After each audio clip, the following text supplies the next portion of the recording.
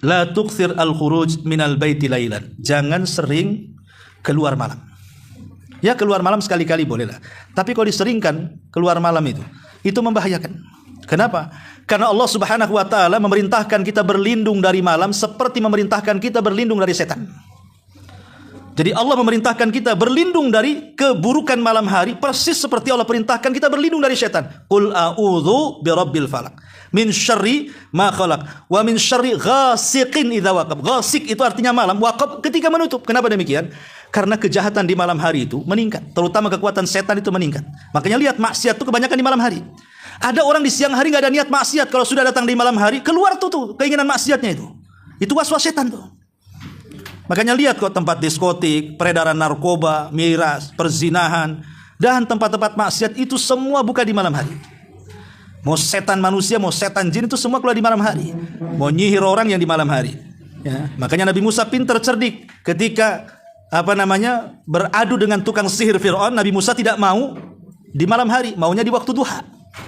Karena kekuatan setan itu melemah di waktu duha dan menguat di waktu malam. Nah, dari situ jangan sering-sering keluar malam hari.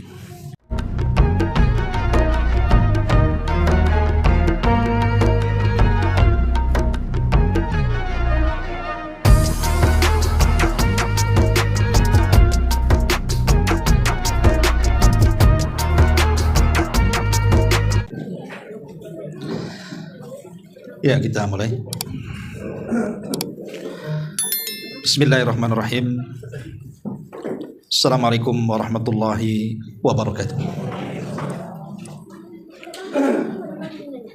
Bihamdillahi wassalatu wassalamu ala rasulillah wa ala alihi wa sahbihi wa mawalah wa la hawla wa la quwata illa billahi wa ba'du.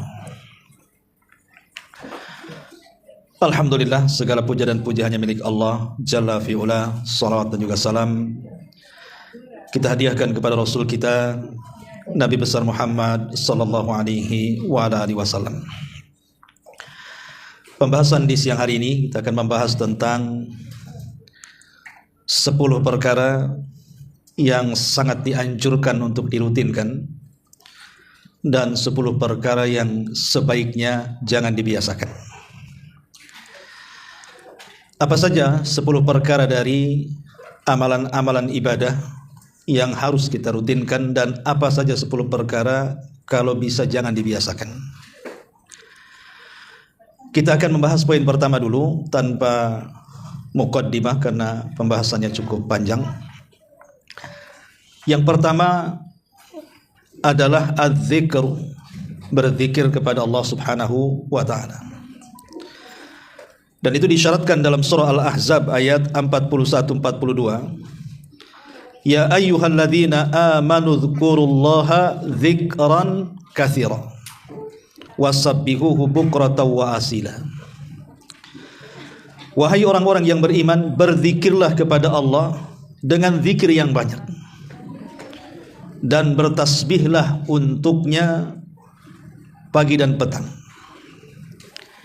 Di sini Allah Subhanahu wa taala mengatakan udzkurullaha dzikran katsira. Berzikirlah kepada Allah Subhanahu wa taala dengan zikir yang banyak.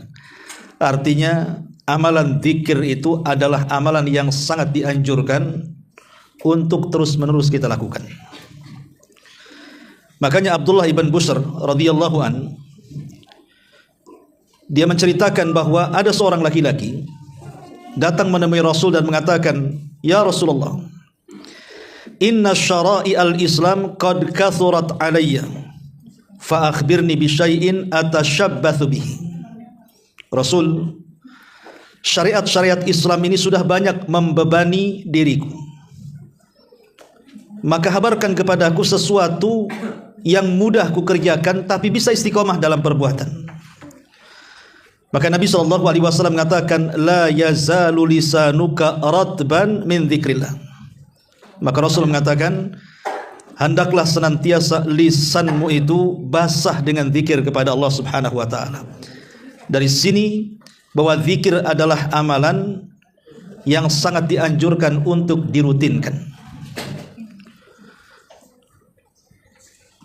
Bahkan dalam sebuah hadis Nabi SAW mengatakan, Ala unabbiukum bi khairi min a'malikum wa azkaha inda malikikum wa arfauha fi darajatikum wa khairul lakum min infaqiz zahabi wal warid wa khairul lakum min an talqau aduwakum fatadribu a'naqahum wa yadribu a'naqakum.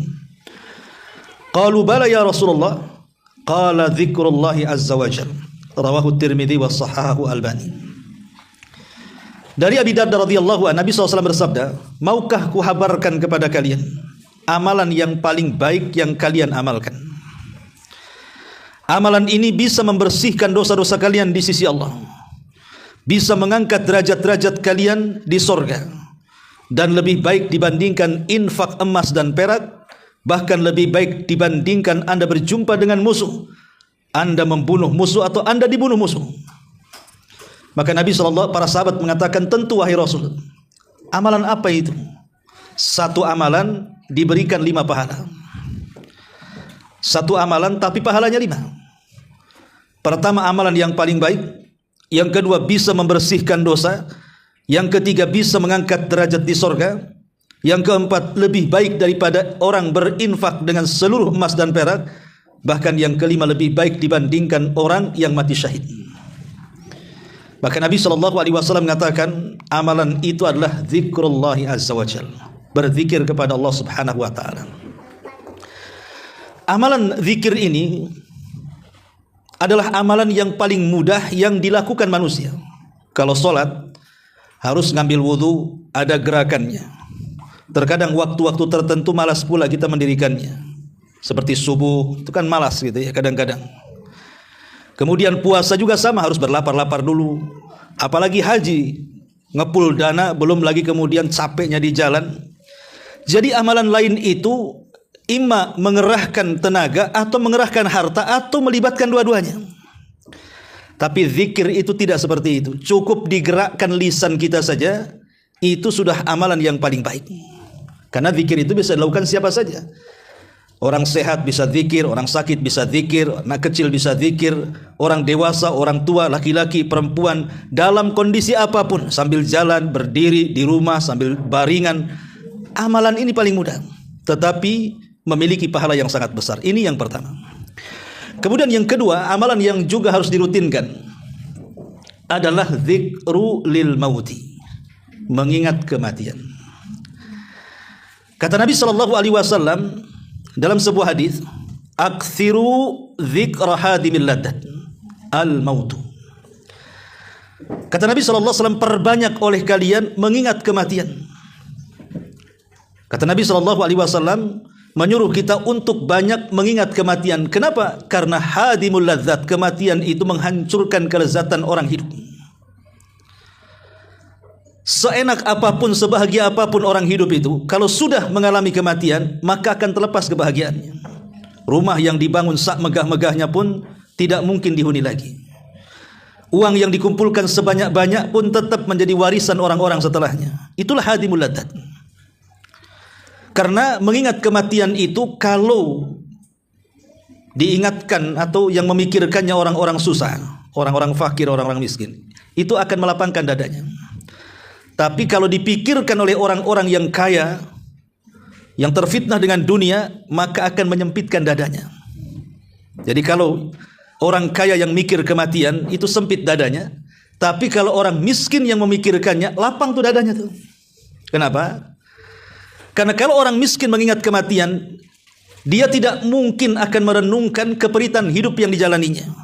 Karena dia yakin ada kehidupan setelah kematian. Artinya tidak masalah susah di dunia, tapi jangan pula tak bahagia di akhirat. Maka dia ada kesempatan untuk menjadi orang kaya di surga. Makanya lapang dadanya tuh. Tapi kalau orang kaya yang memikirkan kematian, sempit dadanya. Kenapa? Karena kematian memisahkan dia dari kekayaannya. Macam mana pula rumahnya, kendaraannya, ATM-nya, tanahnya, dan seabrek-abrek kekayaannya akan ditinggalkan, sempit dia. Sehingga sempitnya hati itulah menjadikan dia ada rem dalam mengelola kehidupannya. Dia enggak sembarang kemudian membelanjakan hartanya kecuali di jalan Allah Subhanahu wa taala. Intinya bahwa mengingat kematian adalah sebuah ibadah yang seharusnya dirutinkan. Di antaranya dengan cara berziarah kubur. Dan itu yang paling efektif. Ya. Pokoknya yang berkaitan dengan jenazah lah. Tetangga meninggal, tengok gitu ya. Syukur-syukur kita yang memandikan, mengkafankan, menyolatkan, menguburkan, kemudian ziarah ke kuburannya. Maka itu adalah amalan-amalan yang memudahkan kita ingat akhirat. Kata Nabi SAW, kuntu nahaitukum an ziyaratil kubur fazuruha fa innaha tudzakirukumul akhirah. Dulu aku larang kalian ziarah kubur, tapi sekarang silahkan ziarah, karena hal itu bisa mengingatkan kalian dari kematian. Ini yang kedua. Kemudian yang ketiga, salat sunnah. Amalan yang sangat dianjurkan untuk dirutinkan adalah salat sunnah. Karena Allah Subhanahu wa taala berfirman dalam hadis qudsi, di mana Allah Subhanahu wa taala berfirman, "Wa ma yazalu 'abdi yataqarrabu bin nawafil hatta uhibbahu." Maka siapapun dari hamba-hambaku, kata Allah, yang senantiasa merutinkan ibadah-ibadah nafilah, maksudnya salat-salat sunnah, puasa-puasa sunnah, sedekah-sedekah sunnah, pokoknya yang sunnah, terutama salat-salat sunnah. Maka semakin kita rutinkan tuh ibadah-ibadah itu, puasa salat-salat sunnah selain daripada yang wajib, kemudian kita tambah dengan yang sunnah, maka kecintaan Allah akan melipat ganda. Allah sudah senang dengan hambanya yang melaksanakan kewajiban, tetapi Allah lebih senang lagi kalau seandainya kewajiban itu ditambah dengan yang sunnah. Kenapa demikian? Karena fungsi menjalankan yang sunnah itu untuk menyempurnakan yang wajib. Berapa banyak ketika kita ini melaksanakan sholat wajib, banyak kekurangan. Mungkin tidak tumakninah, mungkin tidak khusyuk, gerakannya tidak khusyuk pula, sujud, ruku, dan begitu seterusnya. Atau ada hal-hal yang lain yang membuat kurang dalam sholat. Maka itu bisa disempurnakan pahalanya dengan banyak mengerjakan nawafil. Maksudnya yang sunnah-sunnah. Jadi ibadah sunnah seperti sholat sunnah ini adalah ibadah yang sangat dianjurkan untuk dirutinkan. Fadilahnya, Allah akan lebih cinta dengan kita. Kalau Allah sudah akan lebih cinta dengan kita dibandingkan orang yang hanya mencukupkan yang wajib, maka sebagai bentuk balasannya, semua para malaikat Allah akan mendoakan kita, akan ikut mencintai kita. Bahkan seluruh makhluk di bumi akan ditanamkan kecintaan kepada kita. Sebagaimana hadis yang sering saya ungkapkan di sini, di mana Rasulullah SAW mengatakan, Innallaha idza ahabba abdan nadahu Jibril.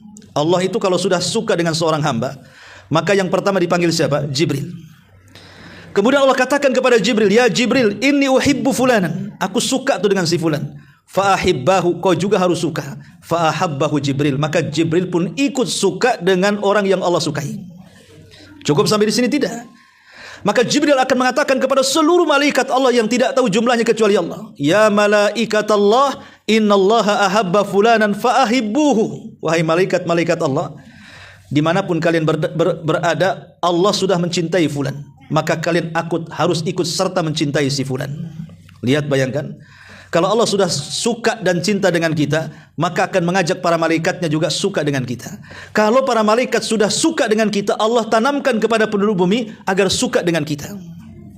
Itulah keistimewaannya orang-orang yang dicintai oleh Allah dengan berlebihan. Ini yang ketiga. Yang keempat, yang harus dirutinkan adalah qiraatul Quran, membaca Al-Quran. Hasan Al-Basri, seorang ulama tabi'in, bahkan pemimpinnya para tabi'in, mengatakan, Fadlul Qur'ani ala sa'iril kalami ka fadlillahi ala ibadihi. Keutamaan Al-Quran dengan seluruh ucapan manusia, ucapan jin, ucapan malaikat, pokoknya seluruh ucapan makhluknya, itu sama dengan keutamaan Allah atas hamba-hambanya.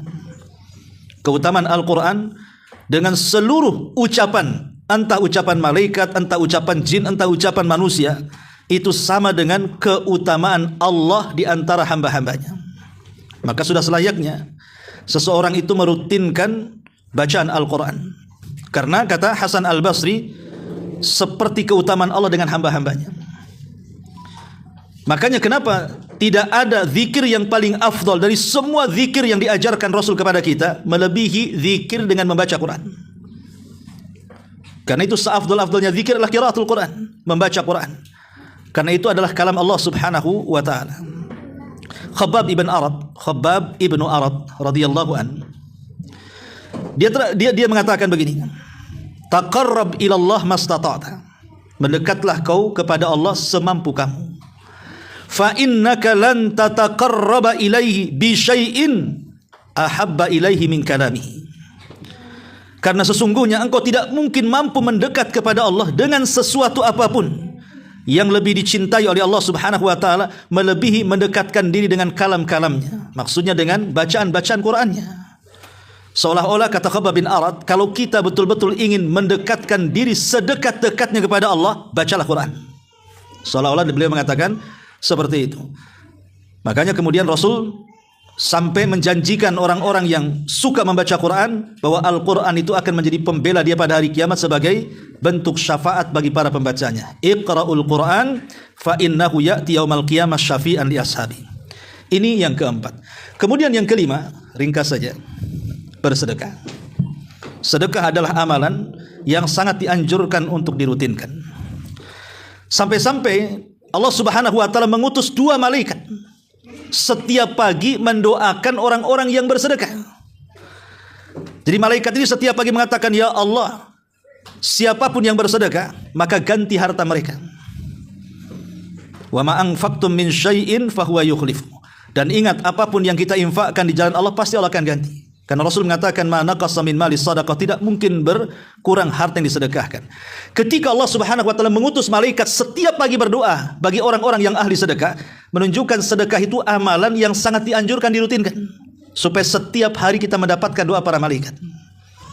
Ini yang kelima. Kemudian yang keenam, at-tabassum, suka tersenyum. Disebutkan dalam hadis Abi Dzar Al-Ghifari radhiyallahu anhu, Rasul mengatakan, tabassumuka fi akhika sadaqah. Senyum kamu kepada saudaramu adalah sedekah.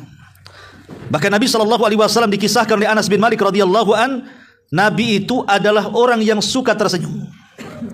Rasul itu bermuka masam itu cuma sekali.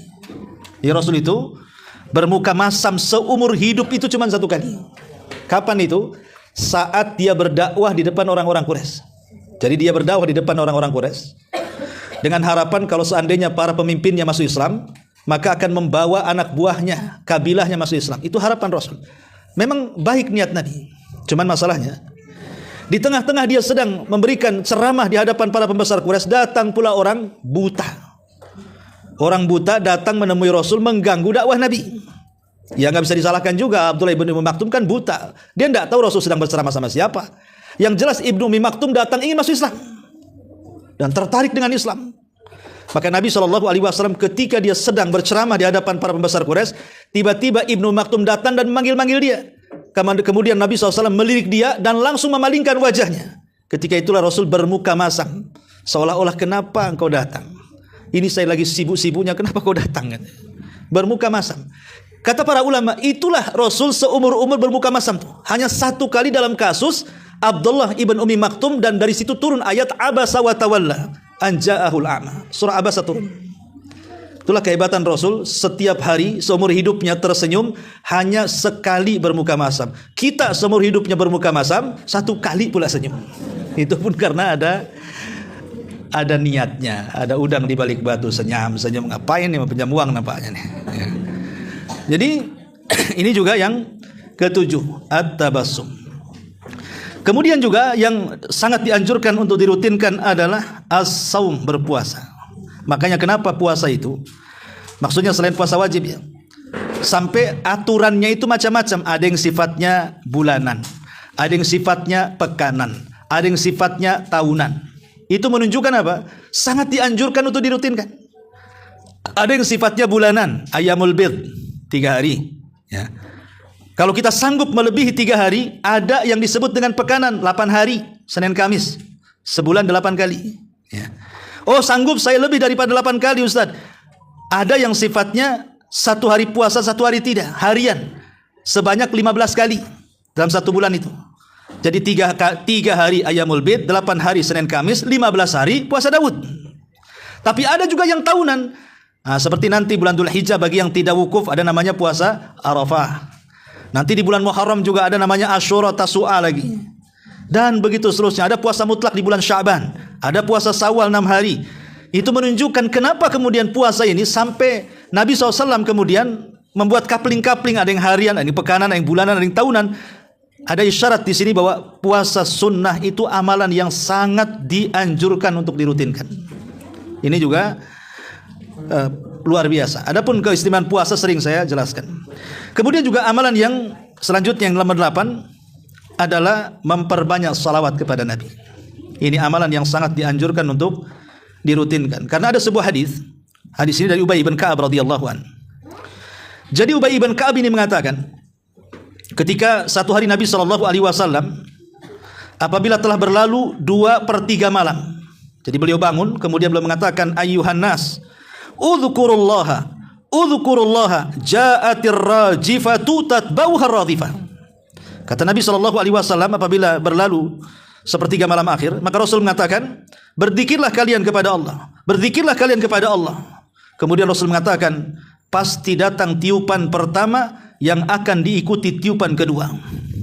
Maksudnya apa? Ja'al mautu, maksudnya kematian, bima fihi, dengan peristiwa-peristiwa yang terkait dengan kematian. Sampai kemudian di akhir-akhir hadis, Ubay bin Ka'ab radhiyallahu anhu mengatakan, ya Rasulullah, inni aktsarus salata 'alaika, fakam aj'alu laka min salati. Rasul, saya ingin memperbanyak salawat untukmu. Berapa banyak saya harus bersalawat pada setiap doaku? Maka Nabi SAW mengatakan, masyi'ta, terserah engkau lah. Maka Ubay mengatakan, ar-rubu, bagaimana kalau 1/4 doaku aku gunakan untuk salawat? Kata Rasul, masyi'ta, terserah kamu kalau kau sanggup. Kemudian Ubay bin Ka'ab mengatakan, Ubay mengatakan, bagaimana kalau ku tambah? Maksudnya an-nisfu, separuh doaku salawat, separuhnya permintaan. Kata Rasul, masyi'ta, terserah kamu. Fa in zidta fa huwa khairun, kalau kau mau nambah itu lebih baik. Maka kata Ubay, bagaimana kalau ats-tsulutsaini, 2/3 doaku aku gunakan untuk salawat, 1/3 untuk berdoa? Maka Rasul mengatakan, masyi'ta fa in zidta fa huwa khairun laka, terserah kamu, kalau engkau menambah dari itu lebih baik. Maka Ubay mengatakan, bagaimana kalau seandainya aj'alu laka salati kulluha du'a, kulluha as-salawat. Bagaimana kalau aku jadikan pada setiap doa-doaku semuanya salawat, dari awal berdoa sampai akhir salawat saja. Maka Rasul mengatakan, idzan tukfa hammuk wa yughfaru laka dzambak. Kata Rasul, kalau demikian maka kebutuhanmu pasti dicukupkan dan dosa-dosamu pasti akan diampunkan.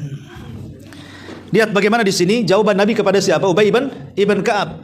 Ubay bin Ka'ab mengatakan, Rasul, bagaimana kalau 1/3 doaku untuk salawat? Kata Rasul, terserah kamu, kalau kau tambah lebih baik.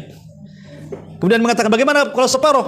Itu kalau kau tambah lebih baik. Bagaimana kalau 2/3? Kalau kau tambah lebih baik. Bagaimana kalau seluruhnya? Maka jauh lebih baik lagi. Kalimat ini adalah anjuran-anjuran untuk memperbanyak salawat. Apalagi Nabi SAW mengatakan, man shalla alayya salatan wahidatan sallallahu alaihi biha asyran. Barang siapa yang bersalawat 1 kali atasku, maka Allah akan bersalawat untuknya 10 kali. Dan makna salawat sudah saya jelaskan. Artinya kita mengatakan, ketika kita katakan Allahumma salli ala Muhammad, artinya ya Allah, pujilah nabiku Muhammad di atas makhlukmu yang ada di langit sana. Pujilah nabiku Muhammad di depan Jibril, di depan Mikail, di depan Israfil, di semua malaikat yang di langit. Maka kalau kita 1 kali saja meminta permintaan seperti itu, ya Allah, pujilah nabiku di hadapan makhlukmu yang ada di langit, maka sebagai imbalannya Allah akan memuji kita 10 kali di hadapan makhluknya yang ada di langit. Nama kita disebut depan Jibril, Mikail, Israfil, malaikat pembawa aras, dan semua malaikat yang menempati langit-langit mulai dari langit pertama sampai langit ke-7. Semua mendengar nama kita. Jadi seolah-olah kita menjadi selebritis langit, ya, kalau orang yang banyak bersolawat itu. Nah, ini juga diantara kemudian yang terakhir, menuntut ilmu. Nomor 9 ya, menuntut ilmu. Thalabul ilmi harus dirutinkan. Ingat, thalabul ilmi harus dirutinkan. Karena Imam Ahmad mengatakan hajatnya kita kepada ilmu itu seperti ka'adadil anfas, seperti jumlah nafas yang kita keluarkan dari badan kita. Jadi hajatnya kita kepada ilmu itu melebihi jumlahnya nafas yang kita keluarkan. Kalau kita makan sehari 3 kali selesai. Kalau 5 kali udah kekenyangan tuh, ya. Tapi ilmu pengetahuan agama itu dihajatkan setiap detik, menit, waktu, jam, hari, bulan, tahun, dan begitu seterusnya. Karena sehari-hari kita itu butuh ilmu. Masuk kamar mandi saja ada ilmunya, keluar kamar mandi ada ilmunya. Orang mau tidur ada ilmunya, orang mimpi buruk ada ilmunya, bangun dari tidur ada ilmunya, mau makan ada ilmunya, selesai makan ada ilmunya, keluar rumah ada ilmunya, masuk pasar ada ilmunya. Jadi kalau kita tidak merutinkan untuk talabul ilmi, maka kita tidak mungkin membedakan mana yang hak, mana yang batil, mana yang baik, mana yang tidak. Karena ilmu itu pemisah antara hak dan yang batil, antara yang ikhlas dengan yang tidak, antara yang riya dengan yang ikhlas, dan begitu seterusnya. Dan yang terakhir tentu adalah doa. Yang harus dirutinkan adalah berdoa kepada Allah Subhanahu wa taala. Inilah 10 perkara yang disebutkan, yang disunnahkan atau dianjurkan sekali untuk dirutinkan. Sekarang kebalikannya. 10 perkara jangan dibiasakan, jangan dirutinkan. Bila perlu berusaha untuk ditinggalkan.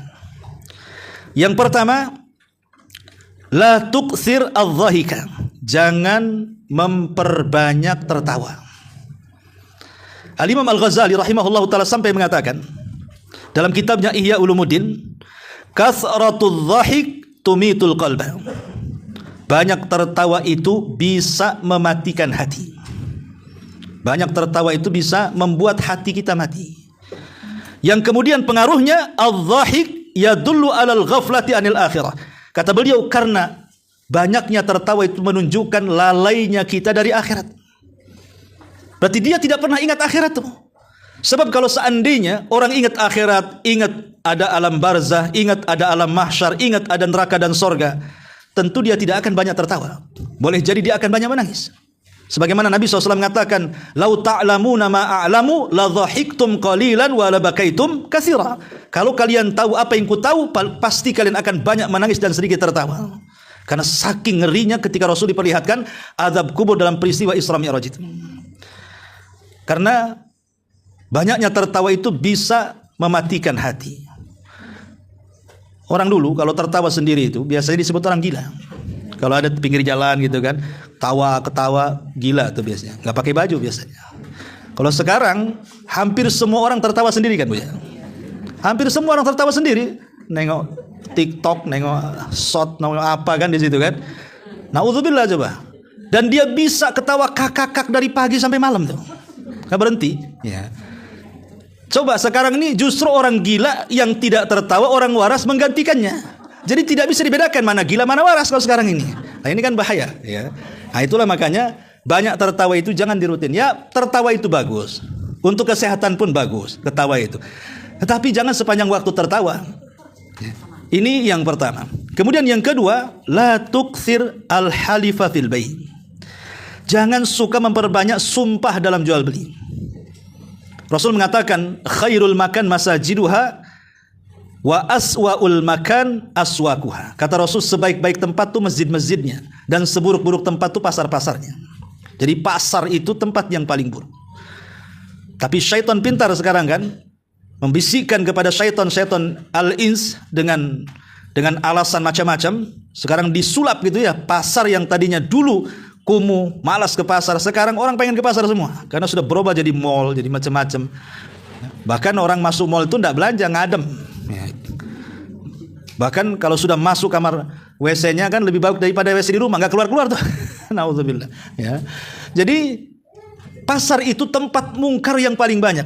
Semua maksiat di luar pasar ada dalam pasar, tapi semua maksiat di dalam pasar belum tentu ada di luar pasar. Mulai dari syirkul akbar sampai kabairudz dzunub, sampai saghairudz dzunub, itu ada lengkap di pasar itu. Syirkul akbar seperti apa? Syirik. Orang pasar itu paling banyak kesyirikannya. Kenapa? Datang ke dukun, beli jimat, beli raja, tempel di tokonya. Biar laris. Itu udah kesyirikan tuh, ya. Belum lagi kemudian kabairudz dzunub, mulai dari dosa lisannya, menggibah, ya, untuk mengambil langganan, menjelek-jelekan pedagang yang lainnya, udah biasa itu, menjatuh-jatuhkan. Namanya orang pasar. Pasti dia akan jatuh-jatuhkan yang lainnya. Dia kurang tawakal. Kalau tidak punya ilmu kurang tawakal. Seolah-olah apa, rizki dia diambil orang dan rizki orang bisa diambil dia. Padahal rizki itu kan udah masing-masing dicatat tuh. Mau jelek-jelekan orang pun tetap segitu dapatnya dia. Nah ini, itulah orang pasar itu yang teriak-teriak ala jahiliyah semua ada. Jadi makanya kenapa salah satunya adalah paling banyaknya sumpah itu di pasar. Untuk apa? Untuk menglariskan dagang. Kata Rasul, iyyakum wa kathratal halafi fil bai'i fa innahu yunaffaq thumma yamhaq, kata Rasul. Hati-hati, jangan banyak sumpah dalam jual beli itu. Memang pada dasarnya yunaffaq bisa menambah keuntungan, tetapi hakikatnya yamhaq, sedikit demi sedikit dicabut keuntungan dan berkahnya. Kan biasanya orang kalau mau nipu, kalau ingin menutupi tipuannya biasanya dengan sumpah. Alasannya apa? Supaya dapat keuntungan. Ya, dohirnya ada keuntungan memang. Oh, dari sana nggak sekian kok, kamu tawar sekian. Dari sana nggak dapat, wallahi nggak dapat. Ya, asih wallahi saja orang pasar itu. Ya. Lah, hal ini jangan dirutinkan. Bersumpah untuk kebenaran itu tidak masalah sekali-kali. Bersumpah, orang yang menuduh wajib mendatangkan bukti. Jadi ada letak-letak kapan sumpah, kapan tidak. Jangan jadikan mainan. Ya. Kemudian yang ketiga, la tukthir as-su'ala. Jangan terlampau banyak tanya. Ya. Maksudnya banyak tanya yang tidak ada faedahnya. Kata Nabi SAW, Innallaha karihalakum thalathan. Allah itu benci kepada kalian dengan 3 perkara. Qila wa qal, wa idha'atul mal, wa kathrah as-su'al, wa kathratus su'ali. Pertama, qila wa qal. Kata si anu ini, kata si anu begitu. Ya, menukilkan kata-kata orang tanpa ada cross check benar salahnya. Ternyata yang disampaikan berita hoax semua. Kemudian yang kedua, idha'atul mal. Menyia-nyiakan harta itu ada 2 jenis. Pertama, israf, dan yang kedua, tabdzir. Apa bedanya israf dengan tabdzir? Kalau israf itu membelanjakan harta ke yang haram, walaupun sedikit nominalnya tetap israf. Pemain cuma 2.000 perak lah. 2.000 perak. Tapi membeli barang-barang yang diharamkan, itu namanya israf. Tapi kalau tabdzir, itu melebih-lebihkan pada sesuatu yang mubah. Pamanya ibu hidup berdua sama suami, bertiga dengan anak. Tapi kalau COD, satu kampung itu kayaknya. Mejanya itu kayak orang makan satu kampung. Tahu-tahu udah makan kenyang, lebihnya dibuang ke tong sampah. Itu namanya tabdzir. Ya, tabdzir itu sesuatu yang mubah menjadi haram karena berlebihan. Kalau israf memang dibelanjakan ke yang haram. Lah dua-duanya idha'atul mal. Dua-duanya idha'atul mal artinya membuang harta. Dan yang terakhir kasratus su'al, banyak tanya, maksudnya yang tidak ada faedahnya. Seperti kisahnya Bani Israel ketika Nabi Musa memerintahkan untuk menyembelih sapi betina. Coba kalau mereka langsung sembelih, selesai urusannya. Tidak dipersulit kan? Tapi karena mereka tanya, Nabi Musa itu usia sapinya berapa katanya. Oh, kata Nabi Musa, ya tidak tua, ya tidak muda, sedang-sedang saja. Mulai dipersulit tuh. Ya, berarti sudah mulai nggak semua sapi harus yang sedang. Cukup sampai di sini tidak. Tanya pula warnanya. Ma launuha, warnanya apa? Kata Nabi Musa, warnanya kuning pekat, nggak boleh ada warna lain. Safra faqi itu artinya kuning pekat, nggak ada warna lain. Ya. Cukup sampai di sini tidak. Faqiul launuha tasurru nadirin. Kalau ada orang lihat, semua senang. Padahal kan tidak semua orang suka binatang kan? Bagi pencinta kucing, nengok kucing aja udah seneng tuh. Tapi bagi yang jijik sama kucing, maunya dilempar aja tuh. Kan tidak semua orang suka binatang. Tapi syaratnya sapi ini kalau dilihat semua harus seneng. Kan makin dipersulit kan? Salah sendiri yang mempersulit diri. Cukup sampai di sini tidak, ditanya lagi. Ini sapi liar atau sapi bajakan nih? Ya. Kata Nabi Musa, sapinya sapi liar, tidak pernah digunakan untuk membajak kebun, ngangkut air, enggak. Ini sapi liar kan? Makin sulit. Lah itu namanya ta'anutnya, soal ta'anut. Bertanya bukan memudahkan, tapi bertanya justru memberatkan. Orang bertanya kan supaya dapat solusi. Ini bertanya makin hilang solusinya. Itu ta'anut namanya. Maka pertanyaan-pertanyaan yang memberatkan itu, atau yang tidak ada faedahnya, diharamkan dalam Islam. Maka jangan banyak tanya kalau pertanyaan tidak ada faedahnya. Ustaz mau tanya, ada nggak laki-laki yang haid? Ngapa yang ditanyakan? Satu dunia tahu laki-laki nggak haid. Ya. Nah ini kan soalan-soalan yang nggak masuk di akal. Ngapain ditanyakan? Itu kan nggak ada faedahnya. Semua orang tahu. Sesuatu yang jelas kalau diperjelas makin kabur jadinya. Lah hal-hal yang seperti ini jangan dibiasakan. Kalau mau tanya-tanya yang baik. Ini yang ketiga, yang keempat. Di antara hal-hal yang tidak boleh dibayar. La tuksir ilqa'al mawaid. Jangan memperbanyak memberikan nasihat. Pamannya ibu ini mau nasihati orang tuanya, mau nasihati saudaranya, mau nasihati ponakan, sepupu, paman, kerabat atau tetangga. Jangan dinasihati setiap semenit sekali. Ya. Nanti datang udah ditandai bu. Si Anu paling mau khotbah nih, langsung lah gorden ditutup, kunci dari dalam kan. Ya. Orang kalau kebanyakan ngasih nasihat, setiap menit, setiap jam, setiap hari datang, kata Abdullah ibn Mas'ud radhiyallahu an, qulubul insan iqbalun wa idbarun. Namanya hati manusia itu kadang menerima, kadang menolak. Ada waktu-waktunya senang menerima nasihat, ada waktu-waktunya malas menolak nasihat. Maka kata beliau, carilah di waktu senang, hindari di waktu susah. Terkadang kita nasihatnya bagus, tapi jiwanya belum terima, entah dia ada masalah dengan keluarganya, cekcok dengan istrinya, dengan suaminya, dengan anaknya. Ketika dinasihati, kita jadi sasarannya. Nah, itu masalahnya. Jangan terlampau sering memberikan nasihat, tapi jarang-jarangkan, lihat-lihat posisi, lihat-lihat kondisi dan tempat. Kemudian yang nomor 5, ya. La tukthir al-kalam inda tawaf bil Ka'bah. Jangan memperbanyak ngobrol saat tawaf di Ka'bah. Karena di situ bukan waktunya ngobrol, waktunya zikir, berdoa, baca Quran. Bukan waktu ngobrol. Kalau habis ngobrol di sana, karena dulu, kalau tidak salah kisahnya Sa'id bin Musayyib rahimahullahu taala, ketika ada salah seorang muridnya hendak meminang putrinya, tapi dipinang saat tawaf.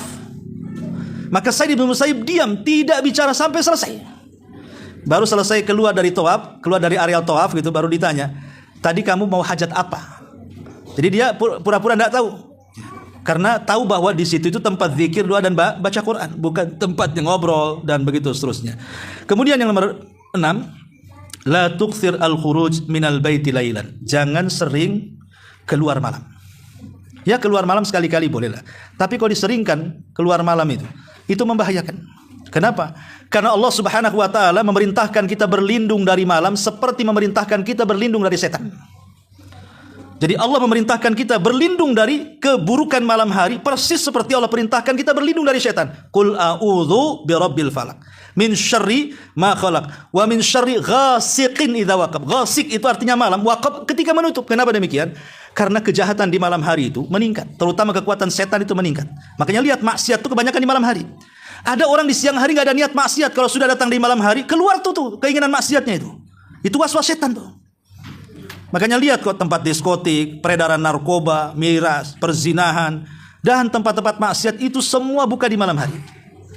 Mau setan manusia, mau setan jin itu semua keluar di malam hari. Mau nyihir orang yang di malam hari. Ya, makanya Nabi Musa pintar cerdik ketika beradu dengan tukang sihir Fir'aun. Nabi Musa tidak mau di malam hari, maunya di waktu duha. Karena kekuatan setan itu melemah di waktu duha dan menguat di waktu malam. Nah, dari situ jangan sering-sering keluar malam hari. Belum lagi kemudian hewan-hewan buas, hewan yang berbisa, kan banyak orang-orang yang mancing malam-malam kepatuk ular mati itu. Bukan dapat ikan, nyerahkan nyawa kan itu. Kemudian yang nomor 8. Nomor 7, mau selesai aja. La tukthir al-hadits bi kulli ma sami. Jangan suka memperbanyak cerita dari habar-habar yang asal dengar. Kata Nabi SAW, kafa bil mar'i ithman an yuhadditha bi kulli ma sami. Rawah Muslim. Cukuplah orang itu dikatakan pendusta kalau dia ngomong setiap yang didengar.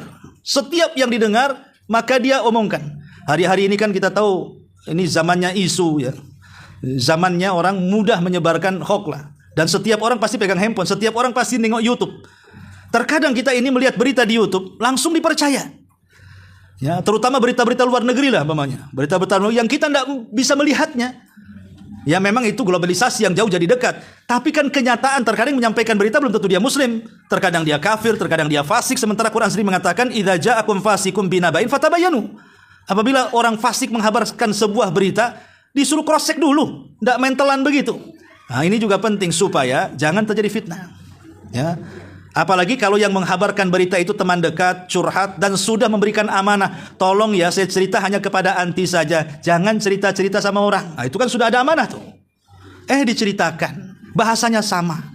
Ya, tolong ya, katanya yang ngasih cerita, jangan ceritakan sama orang. Katanya.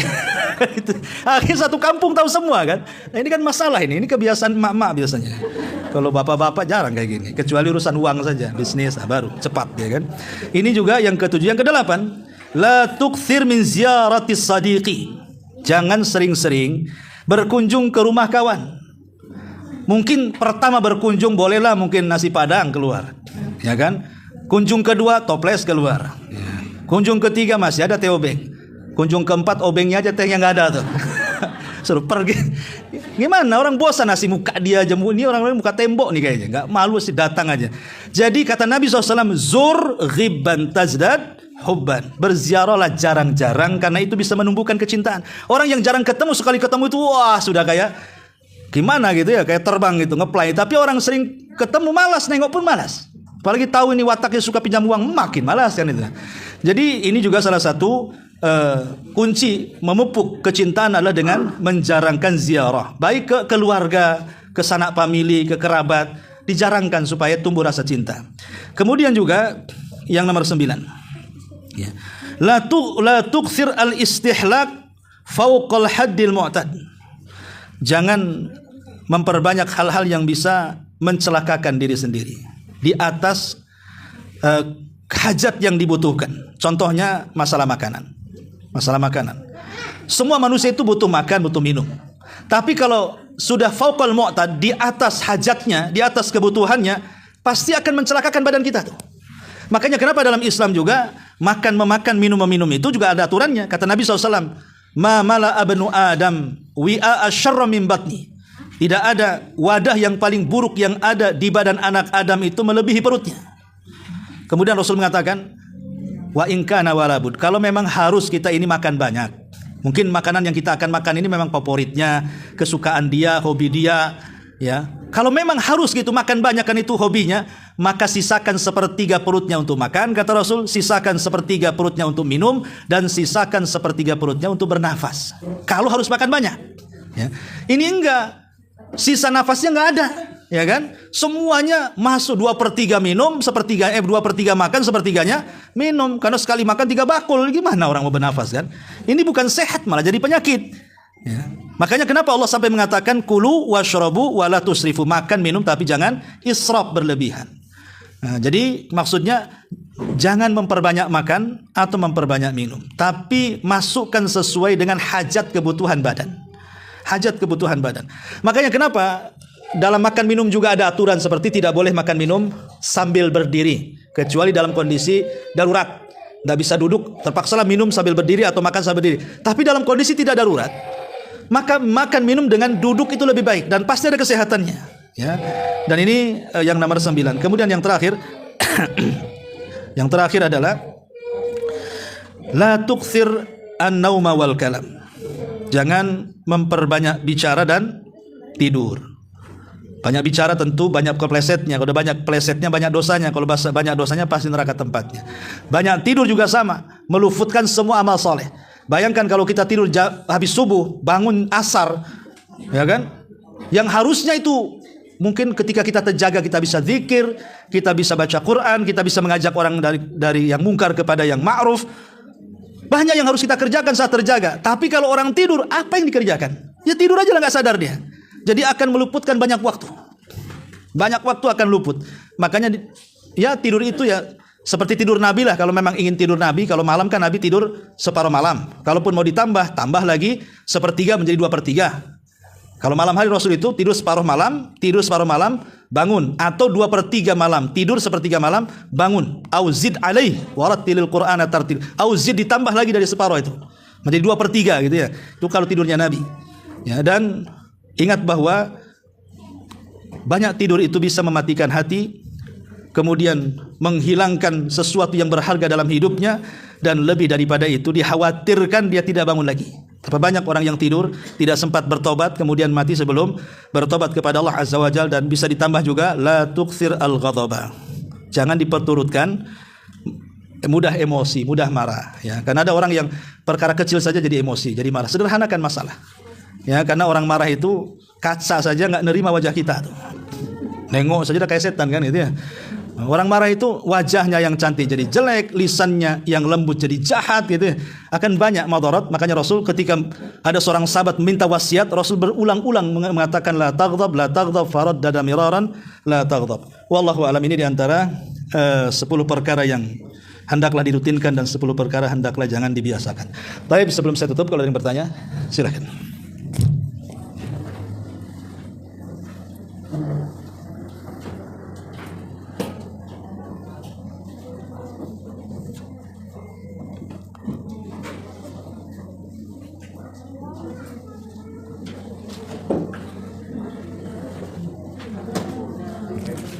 Nggak ada. Subhanallah bihamdika asyhadu an la ilaha illa anta astaghfiruka wa atubu ilaik.